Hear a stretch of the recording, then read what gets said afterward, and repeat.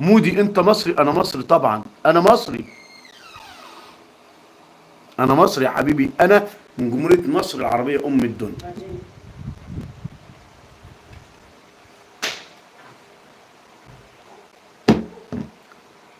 بس الحضور قليل جدا في اللايف ده يا جماعة. يعني في اللايف بتاع الصبح كنا حوالي 7000 واحد، دلوقتي الحضور قليل جدا. فرجاء الدعم يا شباب، الناس اللي لسه ما عملتش لايك تعمل لايك.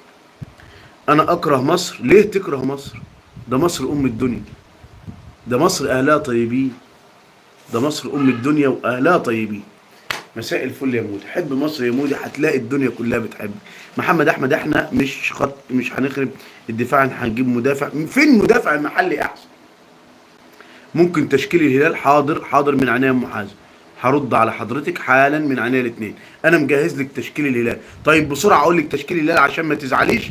نور يا عم حمدي وسام ابو علي هيمشي من النادي الاهلي. بص تشكيل الهلال بنسبه كبيره جدا هيكون ياسين بونو في حراسه المرمى، لودي وكولوبالي وحسان تميكتي وكانسيلو ونيفيز وناصر الدوسري وسيرجيو سافيتش وسالم الدوسري وليونارد ومالكوم.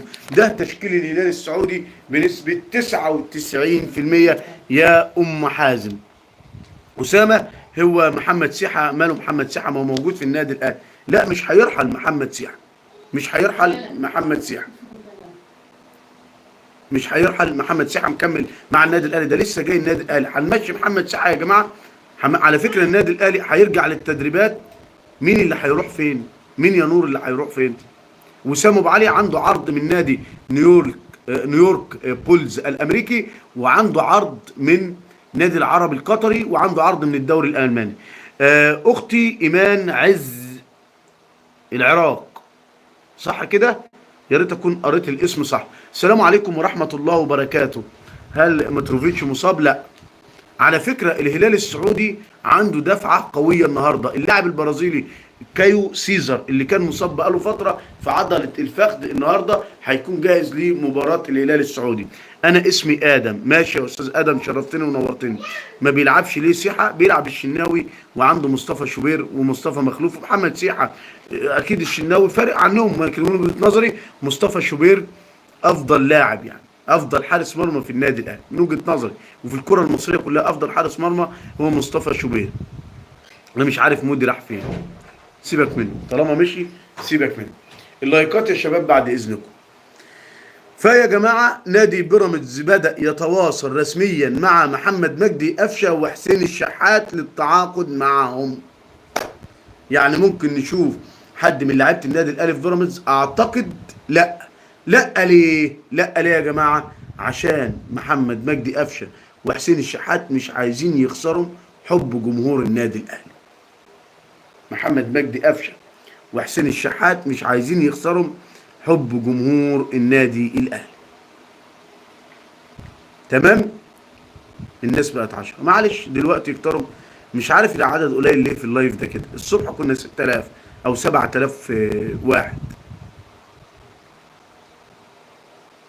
متشكرين يا نور. لازم مصطفى شوبير ياخد الفرصه، اعتقد اتفق معك. احمد القندوسي هيلعب في الزمالك في يناير اللي جاي، وبيننا ماشي يلعب في الزمالك مفيش مشكله. هو ليه متروفيتش مش بيلعب النهارده؟ وجهه نظر فنيه. في ناس بتقول لك ان ممكن متروفيتش يكون موجود، في ناس بتقول ان ممكن يكون موجود. يعني هنشوف النهارده في المباراه ان شاء الله رب العالمين يعني.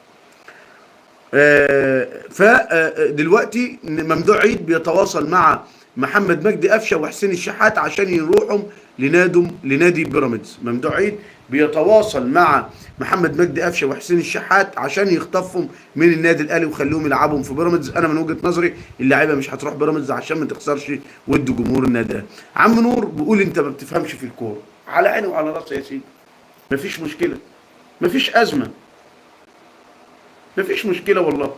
طالما انت حضرتك شايف انا ما بفهمش في الكوره، اديك شرفتني في لايف ونورتني في لايف. بس اهم حاجه قبل ما تطلع وحياه حبيبك النبي لا تصلي على النبي، صلى على النبي يا سيدي. وطالما انا ما بفهمش في الكوره ما عنديش مشكله انك لو انت مشترك في القناه تطلع من القناه، مفيش مشكله. بس اهم حاجه صلى على حضره النبي الكريم عليه افضل الصلاه واتم التسليم.